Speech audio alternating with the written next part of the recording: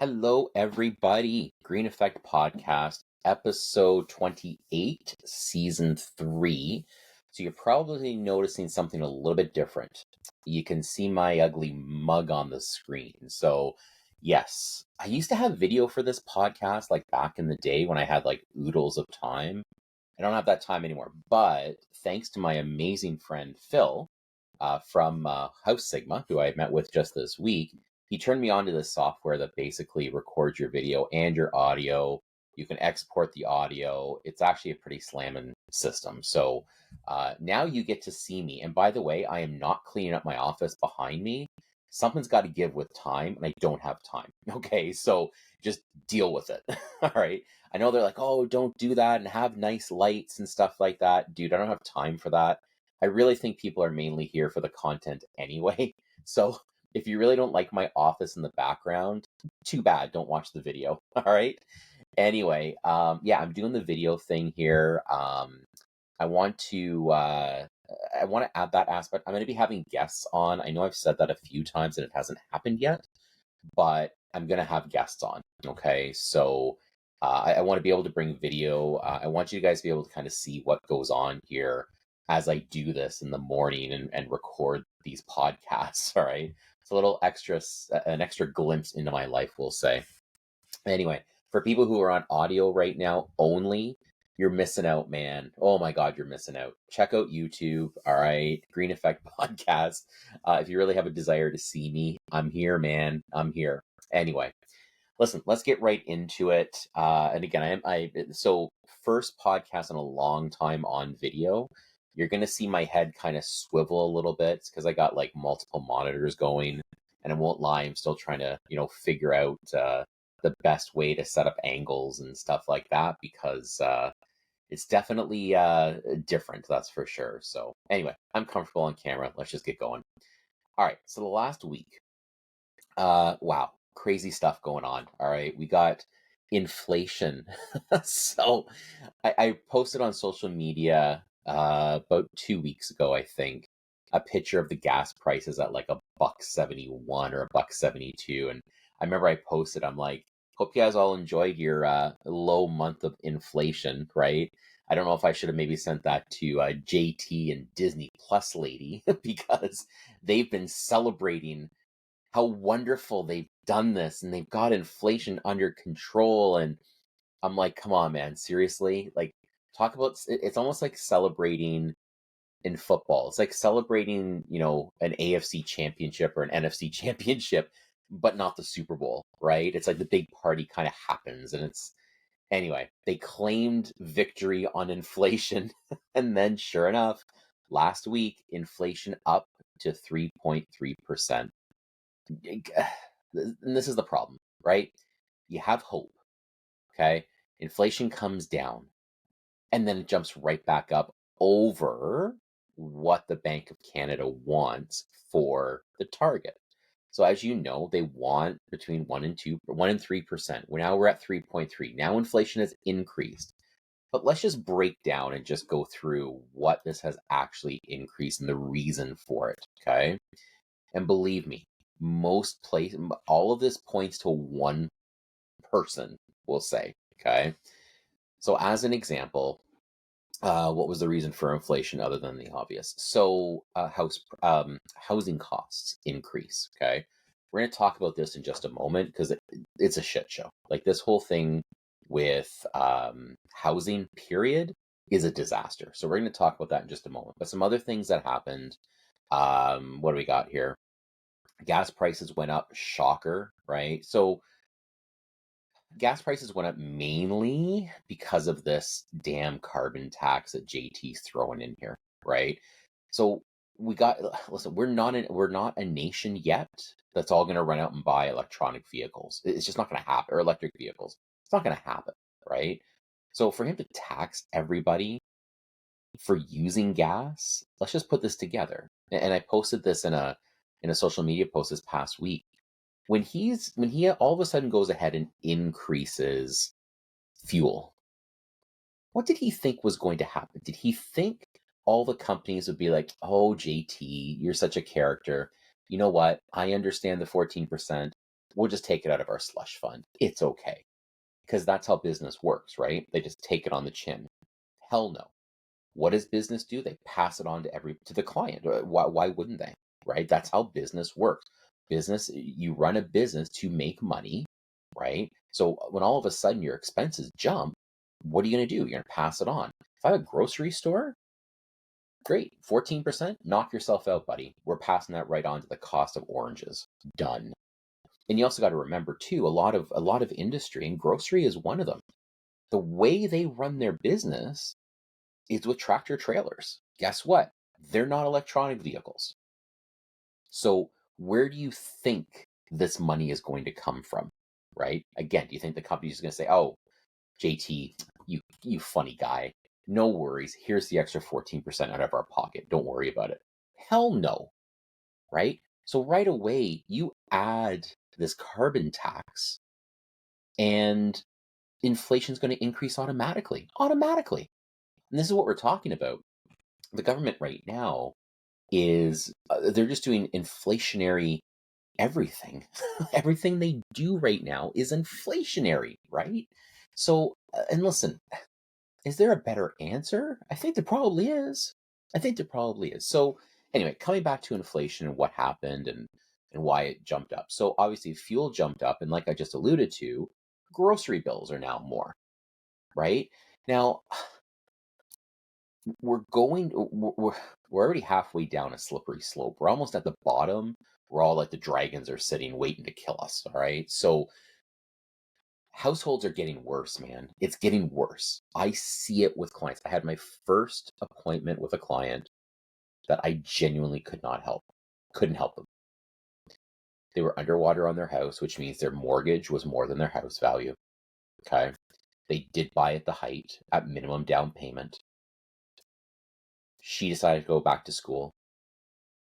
He has to commute to Mississauga and back. They were qualified on a variable rate mortgage, okay, because they could afford more. We all did that.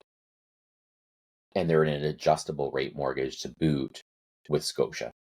And I'm not blaming Scotia. It just, they happen to be the only bank that has one of those adjustable rates, other than, of course, the monolines. I said, "I'm sorry, I don't have an answer for you. I don't have an answer." And he's like, "I can't do this anymore." I said, "I know." And his unsecured debt is increasing. Remember, every time you use unsecured debt, you are creating your own inflation. It's money that's got to be paid back. So this is the government. Sorry, let's just blame the right people. It starts with Tiffy Boy, okay, who basically told us to go spend our brains out in 2020 because rates are going to be low for a long time. Okay. And now it's gotten worse because now he's trying to fix his damn problem. And Justin Trudeau thinks that, hey, why not? Let's just give more people money. Like I said on my last podcast, my daughter got a $400 check. She's 20. Because she makes under the threshold, she gets a check. Sorry, why are we giving her a check? And listen, I love my daughter. Great. I want to see her succeed. But she's not paying the grocery bill right now. Her middle class parents are. So this is where this shit show is just going to get more shit. Okay. Anyway, inflation. Where was I looking? For people on audio only, I'm just looking at my screen here. So, oh, I do have some positive news. The price of grapes plummeted by more than 40% last month. Son of a... Wow. All right, that's good. Well, if you can't afford certain foods, get out there and buy some damn grapes, which is actually kind of good. So for those of you who don't know, I'm of Italian heritage. Okay, I was born here, so my family's Italian, but this is about the time of the season for those Concord grapes where you chew into them. It's got the tougher skin and it's really sweet on the inside. Dude, this is just in time. 40% off or 40% less. Jackpot. I'm good. Don't eat, if you get into those grapes, don't eat too many of them. You'll be in the bathroom like for 3 days straight. Speaking from experience. So food's up, grocery bills are up, but the biggest contributor to this gong show and inflation increasing is housing. Okay. So let's just have a bit of a transition now into housing. I want to talk about it from an inflationary perspective, and then I want to jump into what the fuck's going on. All right. So yeah, of course, housing prices or housing expenses are going up in general. 100% they are. Okay. You got adjustable rate mortgages still increasing. Everyone in a variable rate mortgage that has a static payment where the payment doesn't go up unless you hit the trigger rate. I'm not going to go through all that in the podcast, but those payments have all hit trigger rate and they're increasing. Okay. There's no damn housing and immigration's at an all-time high. So rents are going through the roof. Okay. But here's the other aspect that we all have to remember. It's now 2023 and we're going into 2024. People who got mortgages in 2018, 2019 at all-time fixed rate lows are now coming up for renewal. So guess what this means? This means that they are now renewing at a much higher payment. Because let's face it, we are the most indebted country in the world. So people are rolling in their debt and they're rolling in probably higher rates, not probably, higher rates for sure, right? So automatically, between Tiffy Boy raising rates and then all the stuff that's happening naturally based on the market, timing, stuff like that, all of a sudden, we've got inflationary things happening with housing that's just going to happen. And by the way, if you hear dogs barking outside, I have the windows open and my dogs are out there doing some stuff. Anyway, so this is what's happening, right? We've got just stuff that is naturally going to occur based on timing. So that's why that's why that has happened. Okay. I think it was like 30%. Let me just double check the number here. Yeah, it's like 30. Who cares? It's so damn high. It doesn't really matter, but it's a lot. Okay. So to close the book on inflation and transition into housing issues, gas, and because gas is going up, food, part of the food increase is because of the fuel. And then, of course, the four aspects of housing, which is regular, adjustable rates, variable rates, mortgages up for renewal, and rental incomes. Okay. Everything's up high. Everything is increasing. And I have to apologize. Let me just digress one more little point with the inflationary thing that happened this past week, and then I'll get right into housing. So the bond market, and again, disclaimer, I did not go to school for economics. I'm just a bit of a mortgage nerd. Okay. I read a lot. I research a lot. So if I use like butchered terminology because I didn't go to university for this, just deal with it. All right. So the bond market, which remember, the bond market that dictates the fixed rates on fixed rate mortgages. Okay. The second, if you watch the chart on the 5-year government bond, the second inflation came higher, the bond price jumped, spiked, got higher. Immediately, the same day, I think I got 3 or 4 different emails from lenders saying fixed rates are increasing. So that's what's going on. Okay. First we get slammed with inflation, then the prime rates are going up. And then, of course, bond prices go up. And guess what? Now your fixed rates are going up, which now reduces fixed rate affordability just for shits and giggles, just to make this completely tough. Okay. If you want to know my prediction for the prime rate increase in September, dude, it's going up. Okay. Now, I want to take a little bit of credit here because I'm just going to take the credit because that's just what I do. I've been calling this before inflation. Prime's going up one more time. I've been calling this before. So this should be a shock to no one. If you listen to the Green Effect podcast and all my bitching on social media, you're going to know Prime was going up already anyway. So this just gave Tiffy Boy the goods to be like, boom, told you so. We're going, I would say another 0.25%. If he wants to send a message, he'll go 0.5%. But here's the problem. He does that, and then idiot in Ottawa is going to just keep spending because he's got to save Canadians. Like, it's just ridiculous.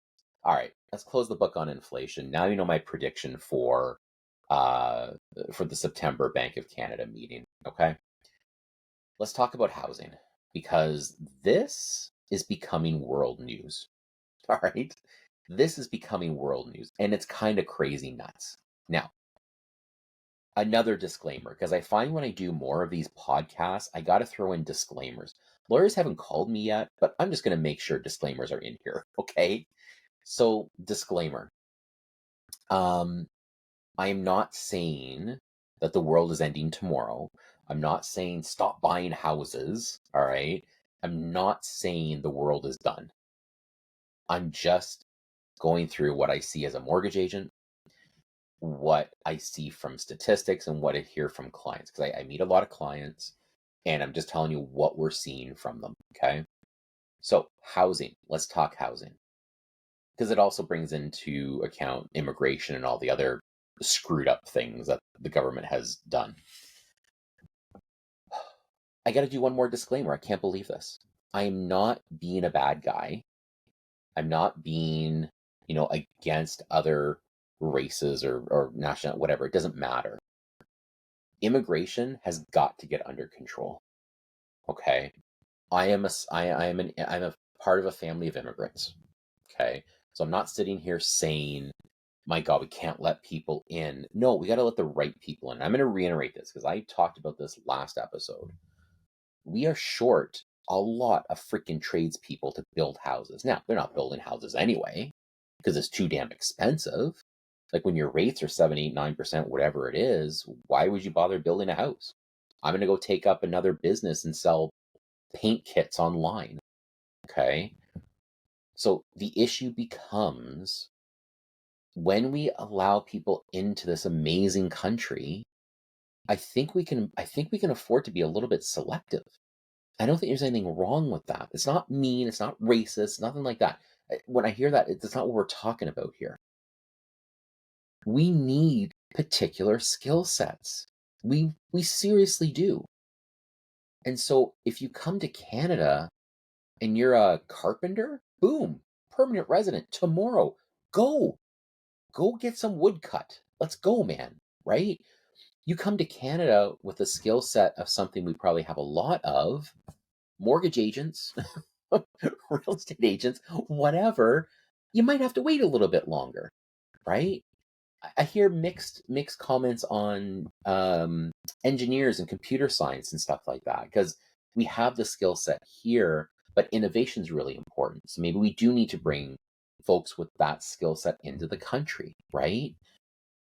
Because here's the reality of it. And this, again, this is what I'm trying to say is not mean, it's not whatever. It's just simply, do we want folks coming to our great country and we can't help them? They live on the streets. They come for a better life and they get a worse life. Think about that for a second.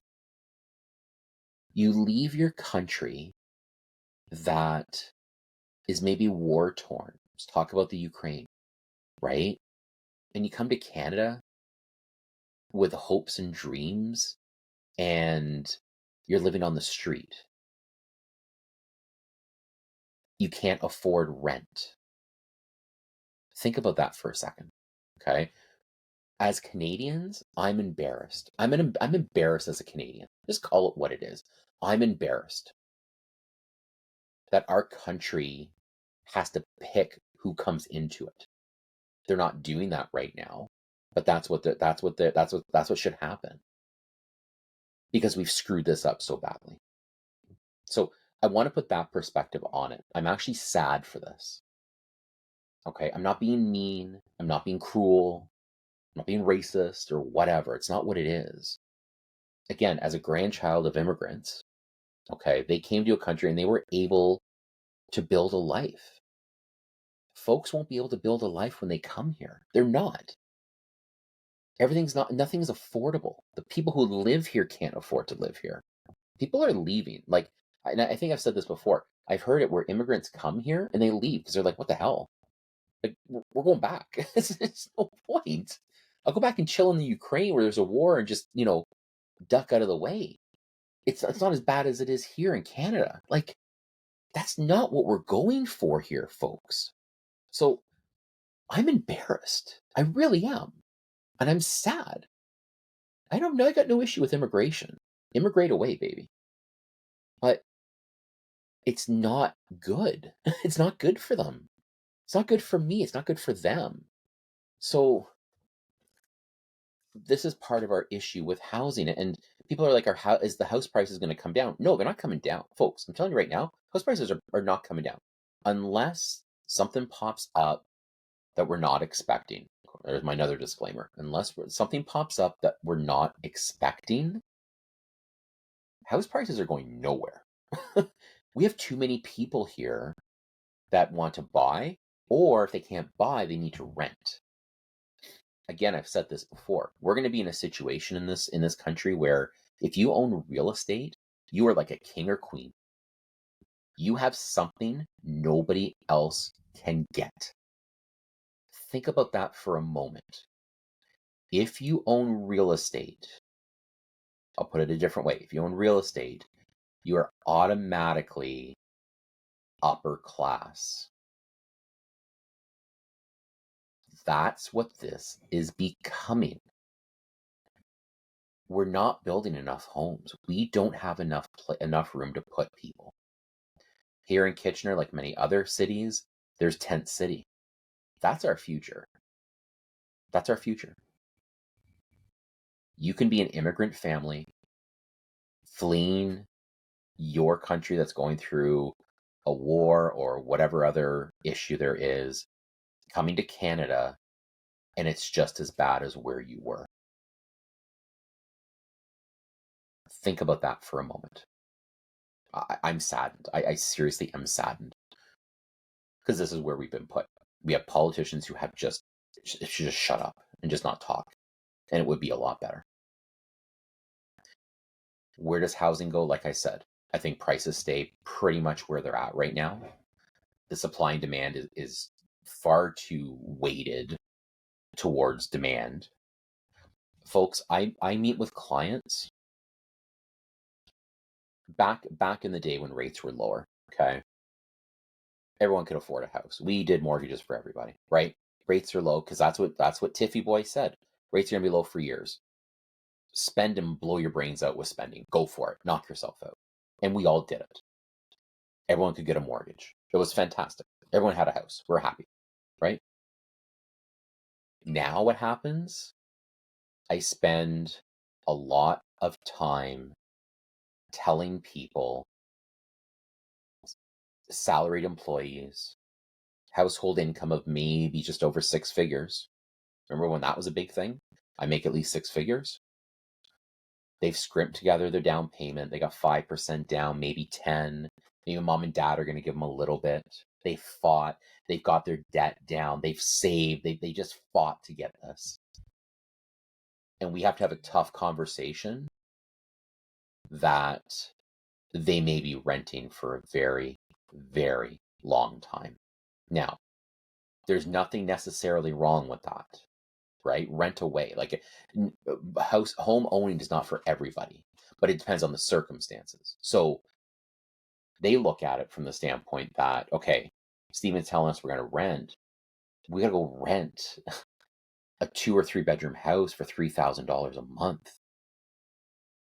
Our mortgage would be about 4, depending on the price point, plus property tax, utilities, and stuff like that, and all the other crap that cost a shit ton right now.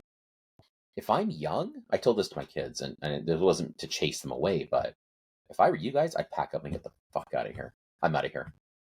I would leave this country.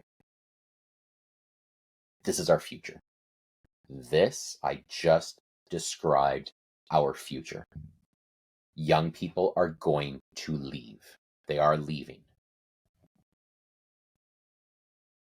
I'm not saying the US is any better, by the way. I hear and see a lot of younger people leaving North America completely. The US is not any better. They're better, but it's like the best of the worst, if that makes sense. Okay. They are better from the standpoint that they have a few more things under control, but as much, and by the way, I love my American friends, so let's not go there, okay? the concern in the US, of course, is all the instability with politics and stuff like that. Guys, you can go to the mall in the US and not come back alive. That is possible because of their gun problem. Pick your poison. Do you want to live on the streets in Canada or lose your life at Target? Welcome to North America. I hear a lot of younger people. My son's one of them.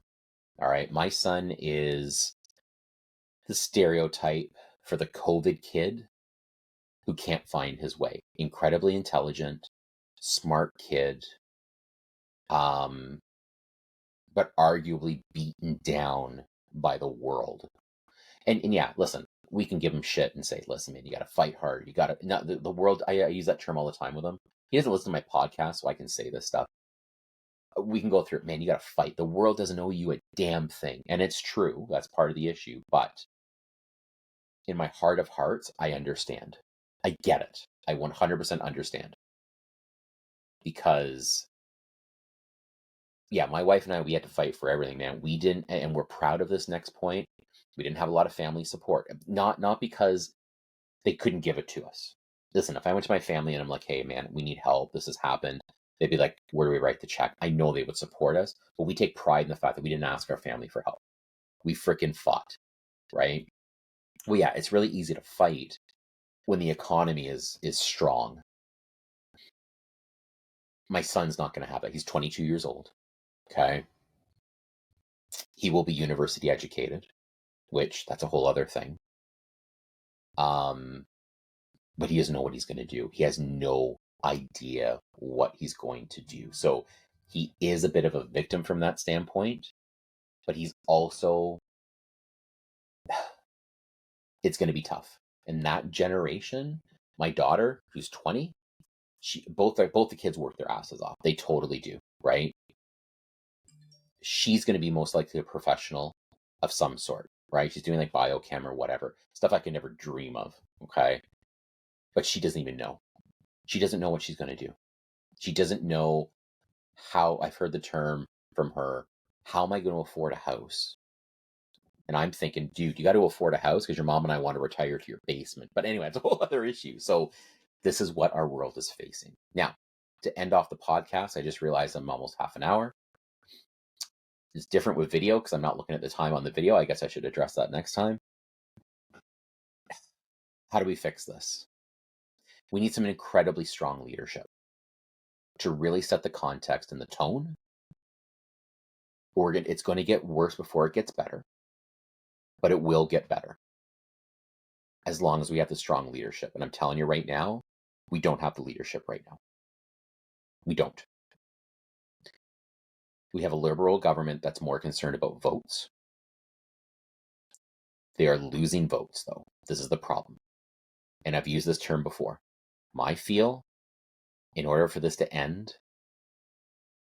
we need to Kathleen win Justin Trudeau's ass right out of here. Because that's what happened in Ontario. People were so angry with Kathleen Wynne. We just voted, we voted PC because NDP didn't have their house in order, right? We need to just get this guy out of here, man, and take Disney Plus lady with him. And then I hope, in my heart of hearts, I hope probably Pierre Poilievre will get into power and he will fix this shit up. Because I will say this again, because I mark my podcast explicit. It is a shit show at the fuck factory right now. Folks, good luck. Stay fit. Have fun. Hope you enjoyed the first video, the return of the video podcast, we'll say. If you're listening online and it's only audio, guys, where are you, man? Get in with the year 2023 and watch me on video. Believe me, it is as exciting as it sounds. Talk to you soon.